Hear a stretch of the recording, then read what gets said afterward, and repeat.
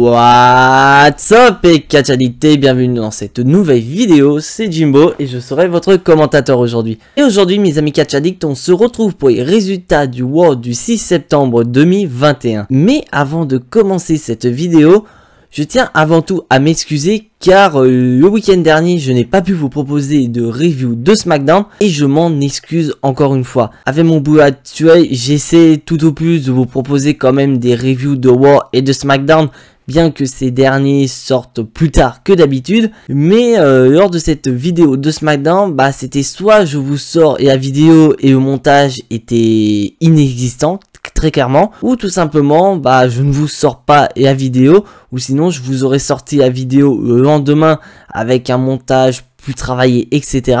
Donc j'ai choisi de ne pas sortir la vidéo. Malheureusement j'aurais peut-être dû vous sortir la vidéo, je m'en excuse encore, mais dites-vous bien que demain je vous sortirai la vidéo spéciale AEW All Out, parce que c'est vrai qu'il s'est passé pas mal de choses lors de ce pay-per-view signé AEW, donc je ne veux pas fermer les yeux sur ce qui s'est passé. Mais sur ce, nous sommes du côté de Raw, donc trêve de blabla, let's go!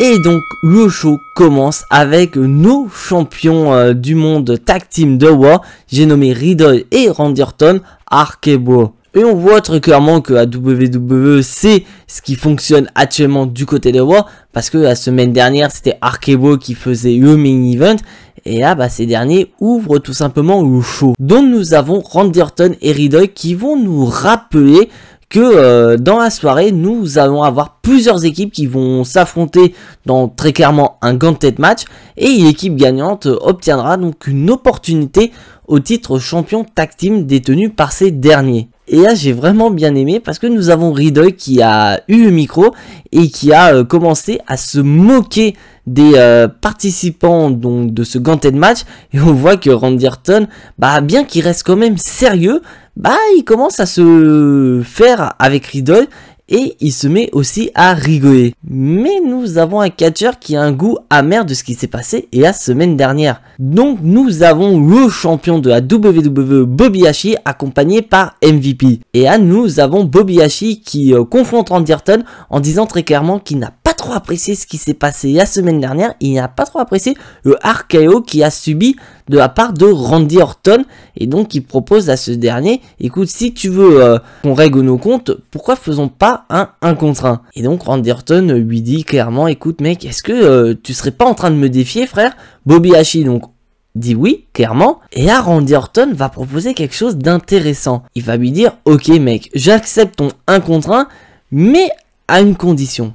Et cette condition, c'est que le titre de la WWE soit remis en jeu. Et donc on voit clairement que Bobby Lashley et MVP commencent à réfléchir. Je tiens quand même à vous rappeler que ça fait plus de 10-15 ans que Bobby Lashley et Randy Orton ne se sont pas affrontés dans un ring. Et à mettre le titre de la WWE en jeu, c'est peut-être risqué de la part du champion. Et après ça, nous avons Bobby Lashley qui annonce sa couleur, il est d'accord, il veut mettre son titre en jeu contre Randy Orton, mais pas n'importe où, lors du prochain pay-per-view de la WWE qui sera, je vous rappelle, Extreme Rules. Donc nous avons l'un des main events qui est annoncé, Bobby Lashley contre Randy Orton pour le titre WWE à Extreme Rules. Et là vraiment on va parler de cas de double champion vraiment autour de ces deux catcheurs, car nous avons Bobby Lashley et MVP qui sont intégrés dans ce gauntlet match pour devenir les challengers officiels donc de RK-Bro. Et là on va passer directement au gauntlet match, et nous commençons déjà très fort avec une idée contre les Viking Raiders. Et franchement je ne vous cache pas que c'est l'un des meilleurs matchs de ce gauntlet match, parce que franchement tu vois le New Day, tu vois les Viking Raiders qui s'affrontent, c'est génial. Et malheureusement à la fin j'ai pas trop aimé, car le New Day remporte le premier match avec un roll-up. Donc de ce fait, nous avons New Day qui remporte le premier match et donc continue son aventure dans ce gauntlet match. Et la deuxième équipe n'est nulle autre que Jinder Mahal et Veer. Et c'est pareil, voilà, ça a été expéditif. C'est New Day qui remporte encore le match et continue sa lancée. Et le troisième match, c'est New Day contre la Lucha House Party. Et franchement, c'est assez pas mal. Avec vraiment, ça fait du bien de voir la Watch Out Party à nouveau dans un match. Ça a été un match vraiment bonne voltige. Et donc, New Day élimine une nouvelle équipe pour se rapprocher de la place de challenger numéro 1. Et après ça, bah, ça va passer... ça va aller en queue de boudin, très clairement, avec l'entrée de T-Bar et de Mace. Et donc, bien sûr, le match se termine toujours par un re-up, ce qui a pour but, quand même, d'énerver T-Bar et Mace. Et donc, après ça, nous avons T-Bar et Mace qui pètent un câble, très clairement, et qui vont démolir le New Day, alors que, voilà, ces derniers sont éliminés, c'est New Day qui continue. Et ils vont même attaquer la prochaine équipe qui est censée rentrer et affronter le New Day, c'est-à-dire Mansoor et Mustafa Ali. Et donc il a fallu une intervention des officiels Adam Pearce et Sonya Deville. Et Sonya Deville annonce que comme le New Day et l'équipe de Mustafa Ali et de Mansoor sont inaptes à combattre, et bah elle va décider de reporter ce ganté de match à un peu plus tard dans la soirée. Franchement, ça pose problème. J'ai pas aimé cette séquence-là. J'aurais aimé, au pire des cas, qu'ils laissent ça vraiment en main event de la soirée. Après, on voit très clairement que c'est un choix de la WWE de couper vraiment ce ganté de match en deux, dans le but vraiment qu'on regarde la dernière heure de Raw pour se dire putain, c'est qui va reporter cette opportunité et affronter RK-Bro pour les titres par équipe de Raw. Très clairement, quand j'ai vu les participants, je me suis dit, il y a une idée derrière la tête, et on va voir en fin de vidéo si cette idée derrière la tête est la bonne. Et là, on passe à un des plus beaux matchs, très clairement, de la soirée. Sheamus contre Drew McIntyre, et le vainqueur de ce match affrontera Damien Priest pour le titre de champion des États-Unis lors d'Extreme Rules. Donc après, je suis d'accord avec vous qu'on a déjà vu du Sheamus contre Drew McIntyre cette année, mais je tiens à vous rappeler qu'il s'agit du premier match entre ces deux catcheurs avec le retour du public. Ces deux-là se sont affrontés durant l'ère Thunderdome. Donc vraiment, on avait déjà des excellents matchs entre ces deux catcheurs dans l'époque du Thunderdome. Et là, tu te dis, avec les fans, est-ce que cette aura sera maintenue? Et très clairement, il a été maintenu. C'est un excellent match entre les deux catcheurs. On voit très clairement que ces deux-là sont potes dans la vie privée et que ça procure un excellent match. Donc après, je suis largement d'accord que ça se joue vraiment sur le masque de Sheamus, qui est vraiment à la fois son point fort, mais aussi son talon d'Achille. Mais on voit que Sheamus apprend de ses erreurs, car bien que ce dernier ait perdu son masque, il parvient à remporter le match face à Drew McIntyre avec un re-up. Donc oui, c'est encore un re-up, mais à la différence de Xavier Woods précédemment, il s'agit d'un re-up un peu avec tricherie, parce que ce dernier tient le cible de Drew McIntyre. Et après ça, bah, nous avons Drew McIntyre et Sheamus, où Sheamus veut récupérer son masque, mais Drew McIntyre lui porte une énorme gifle avec ce masque et porte ainsi son Claymore Kick. Donc pour le moment, je pense que voilà, c'est Sheamus qui a obtenu l'opportunité pour le titre des États-Unis de Damien Priest, mais je pense que Drew McIntyre va surveiller ça de très près et peut-être, pourquoi pas, intégrer ce match à Extreme Rules, transformant ainsi ce match en triple menace comme on a eu la semaine dernière, qui reste quand même très bon. Et franchement, bah, je trouve que ça fait du bien de la part de Drew McIntyre d'aller jeter un autre titre que le titre suprême. Et là, avec le titre des États-Unis, c'est très bien. Il sort quand même d'une rivalité très merdique avec Jinder Mahal. Et là, il remonte un petit peu dans la mid-card, mais vraiment une bonne mid-card avec Damien Priest et Sheamus. Et franchement, ça fait du bien et ça donne vraiment un très bon niveau autour du titre des États-Unis. Et maintenant, on va passer au prochain match de la soirée. Nous avons Rhea Ripley et Nikki Ash contre les championnes tag team Tamina et Natalya. Et pourquoi je fais cette tête là, c'est que tout simplement je n'ai pas aimé ce match, où on voit très clairement, comme je l'ai dit précédemment, que c'est un moyen de la WWE qui a trouvé pour occuper Rhea Ripley et Nikki Ash en attendant que tout ce qui se passe autour du titre féminin de Raw se passe tranquillement. Et d'un autre côté, bah nous avons Tamina et Natalya, où je ne cache pas, ça a fait quand même un petit peu du bien de les voir championnes. Voilà, Tamina, c'était le premier titre qu'elle a eu dans toute sa carrière, mais franchement, j'en ai ras-le-bol. Et en plus, on nous sort un match number one contender. WWE, vous avez pas oublié que du côté de SmackDown, nous avons Shotzi Blackheart et Tegan Nox qui ont remporté un match à SmackDown et elles n'ont toujours pas eu cette opportunité. Je dis ça, je dis rien. Et donc on va passer au match et on voit très clairement que WWE cherche à nous créer une nouvelle équipe que sont Rhea Ripley et Nikki H. Et ils concrétisent cette nouvelle équipe en donnant la victoire à Rhea Ripley et Nikki H. Donc grâce à cette victoire, Nikki H et Rhea Ripley obtiennent donc une opportunité au titre féminin de la WWE. Et franchement, comme j'ai dit, ça me fait chier. Parce que déjà, comme je l'ai dit, il y a déjà des challengers du côté de SmackDown. Et là, il y a des challengers du côté de Raw. Donc qu'est-ce qui se passe à WWE? Vous allez nous dire que Tamina et Natalya vont défendre leur titre là, le 10 septembre au Madison Square Garden contre Shotzi et Nox. Vous allez les faire gagner. Et après ça, vous allez envoyer nos championnes Tamina et Natalya du côté de Raw pour qu'elles aillent affronter Nikki H et Rhea Ripley. Et tel que je vous connais, vous voyez très bien que cette équipe est très bonne, très clairement, et que le public adore. Donc vous allez leur donner les titres par équipe. Ça c'est très clair. Et on voit très clairement que vous mettez Rhea Ripley et Nikki H d'un côté, Riddle et Randy Orton de l'autre. C'est exactement la même chose, sauf que nous avons à côté division masculine et division féminine.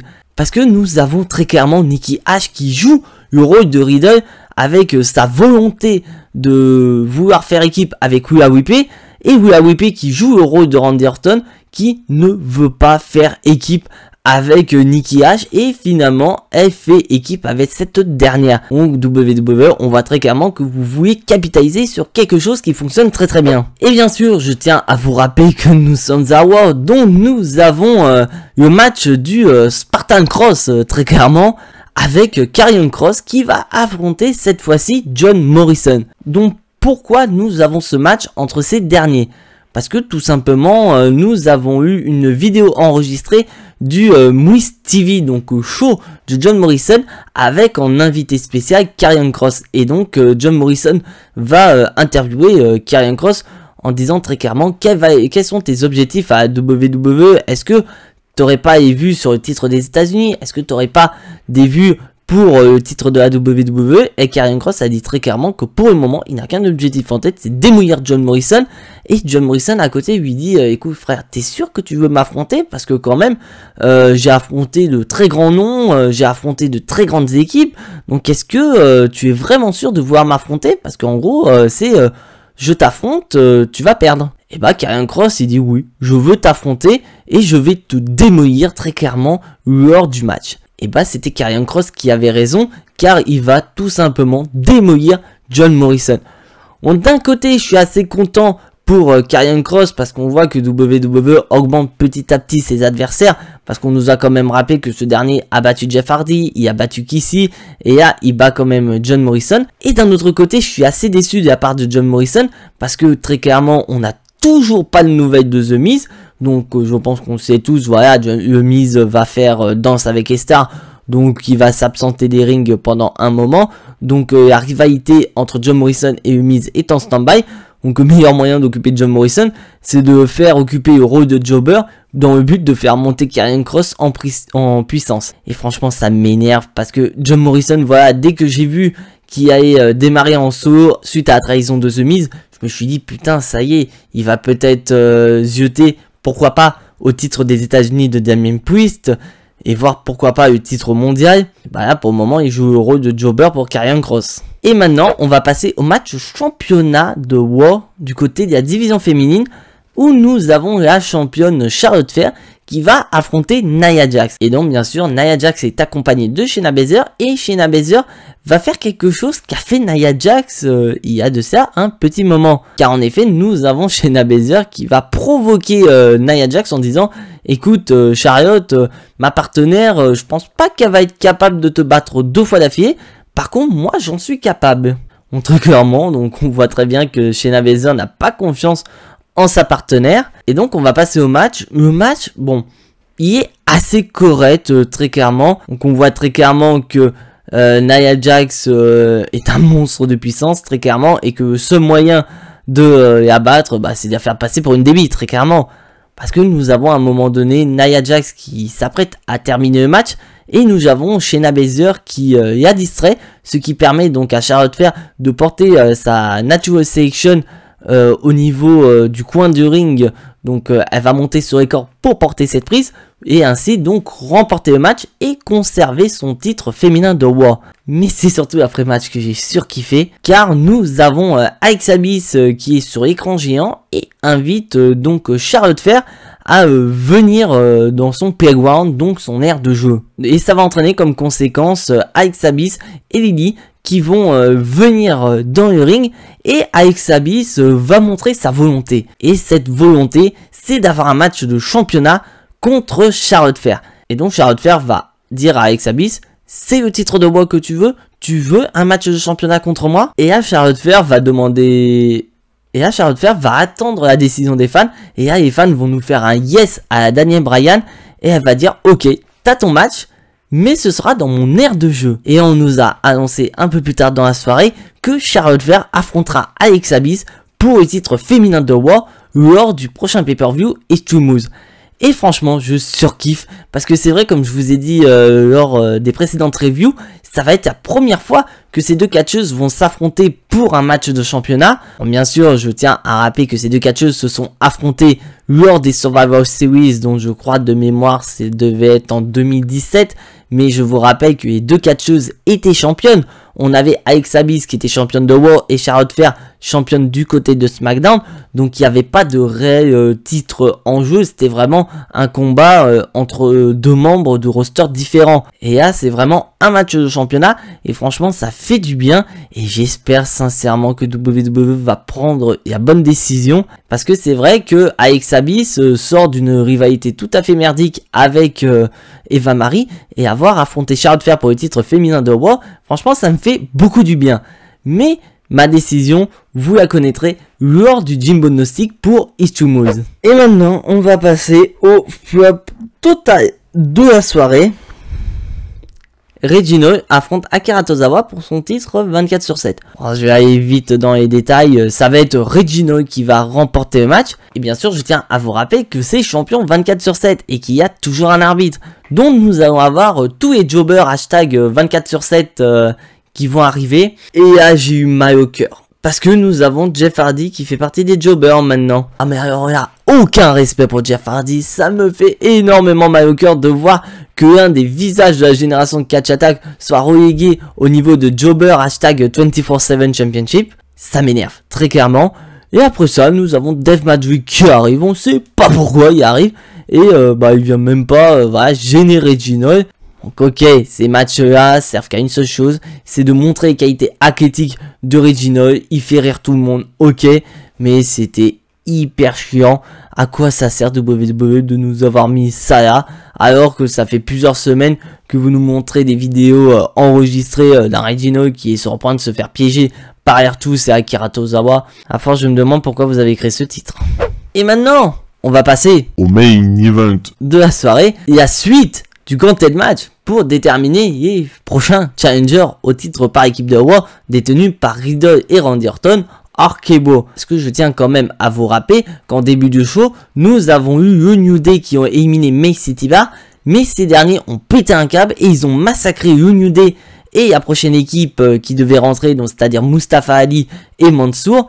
Et donc les officiels ont décidé de reporter ce tournoi. Et bah on reprend là où on s'est arrêté. Nous avons donc le New Day contre Mansour et Mustafa Ali.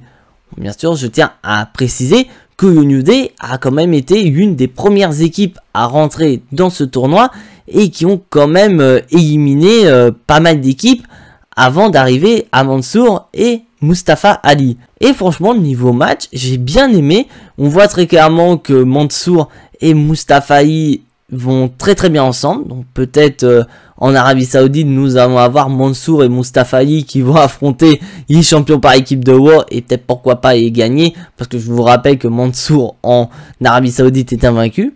Donc c'est une possibilité.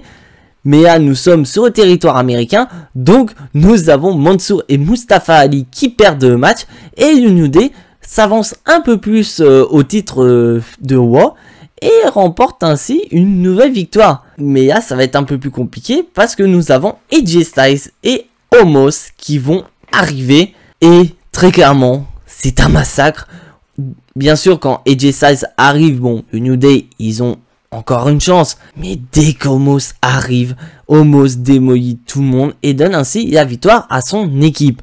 Donc le New Day n'est pas resté très fort, ils se sont fait éliminer et donc Omos et AJ Styles font partie de l'équipe finaliste. Et la dernière équipe est ni plus ni moins que le champion actuel de la WWE Bobby Lashley et MVP.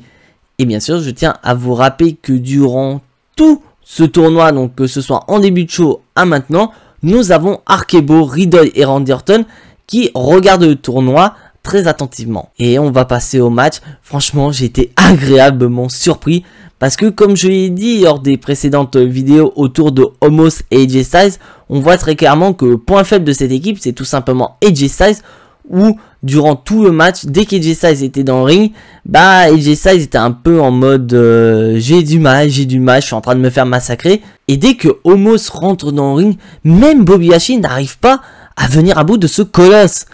Bon, bien sûr, naturellement, Bobby Lashley et MVP jouent de manière très intelligente et donc vont faire en sorte que AJ Styles soit l'homme égal dans le ring pour ainsi remporter le match. Donc nous avons Bobby Lashley et MVP qui deviennent ainsi les prochains challengers au titre par équipe détenus par Randy Orton et Riddle. Et là, il y a une séquence que j'ai surkiffé, car après nous avons Omos qui porte un énorme chokeslam au champion de la WWE. Et mais très clairement, WWE, retirez Randy Orton, mettez Omos Bobby Lashley, Omos prochain champion WWE, je vous le dis, hashtag Omos champion. Mettez ça dans les commentaires. Au hashtag Omos champion WWE. Très clairement, il sera champion WWE avant la fin de l'année au rythme où c'est parti. Et après ça, on a un Bobby Lashley qui est KO, il tente de se relever et il se fait accueillir par un nouveau RKO porté par Randy Orton. Et le show se termine avec Randy Orton qui pose avec son titre de champion par équipe de Raw. Donc bilan de ce Raw, c'est un Raw assez correct, où vraiment la carte d'Extreme s'élargit davantage avec Randy Orton contre Bobby Lashley et Charlotte Flair contre Alexa Bliss. Et après franchement je suis pas surpris de voir Bobby Lashley et MVP devenir les prochains challengers au titre de RK-Bro, car je tiens à vous rappeler que le mot dans cette rivalité c'est double champion. Donc l'objectif de Randy Orton et de Bobby Lashley c'est de devenir double champion, c'est-à-dire d'avoir deux titres. Donc d'un côté, nous avons Randy Orton qui est à moitié des champions par équipe et Bobby Lashley qui est champion WWE. Donc d'un côté, on pourrait très bien avoir Bobby Lashley qui conserve son titre de champion WWE à Extreme Rules et remporter le match tag team avec MVP pour qu'il devienne champion WWE et champion tag team. Et d'un autre côté, nous avons Randy Orton qui pourrait faire la même chose, c'est-à-dire conserver son titre par équipe avec Riddle contre MVP et Bobby Lashley et remporter le titre WWE à Extreme Rules. Et très clairement, j'ai surkiffé de voir Randy Orton affronter Bobby Lashley pour le titre WWE, car pour moi personnellement, à l'heure actuelle du côté de Raw, il n'y avait personne qui pouvait aller toquer à la porte de Bobby Lashley. C'était très flou. Et là, suite au RKO que Randy Orton a porté la semaine dernière, et très clairement, ça prenait ce sens. Et souvenez-vous, je vous l'avais dit la semaine dernière que suite au RKO porté par Randy Orton, nous avions Bobby Lashley qui était vraiment revanchard, qui voulait qu'une seule chose, c'est d'avoir un match contre Randy Orton. Et Randy Orton, voilà, en profite et lui dit, écoute mec, je veux bien t'affronter, mais tu mets ton titre en jeu. Je l'avais prédit. Si vous ne me croyez pas, allez voir ma dernière review de Raw, je vous l'avais dit. Randy Orton contre Bobby Lashley, ça est arrivé, et en plus de la même manière que j'avais prédit. Bon après je dis pas que je suis fort, c'est vraiment du coup de bol, mais franchement c'est un match que je vais apprécier très clairement. Bon bien sûr je tiens à préciser que ça n'égale pas le dernier pay-per-view AEW All Out avec les débuts donc du Ruby Soho, donc Ruby Riott, les débuts d'Adam Cole, les débuts de Daniel Bryan à la AEW. Bien sûr, je tiens à vous rappeler qu'il y aura une vidéo demain qui va vraiment expliquer mon ressenti lors de AEW All Out. Mais très clairement, c'est un WoW qui est quand même un peu meilleur que les précédents. Donc voilà, c'est tout pour ces résultats de WoW. Si bien sûr tu n'es pas abonné à la chaîne, je t'invite à t'y abonner juste ici, à activer la petite cloche pour être notifié des prochaines vidéos et surtout lâcher un maximum de pouces bleus qui font plaisir à la chaîne. Et donc comme je vous l'ai dit précédemment, on se retrouve demain pour ma réaction de AEW All Out, dernier pay-per-view de la AEW. Mais en attendant, soyez tous très fiers d'être des catch addicts. Et n'oubliez pas que le catch c'est la vie, le catch c'est la meilleure chose qui soit. Le catch vie, c'était Jimbo, je vous fais à tous en attendant des gros bisous et à la prochaine.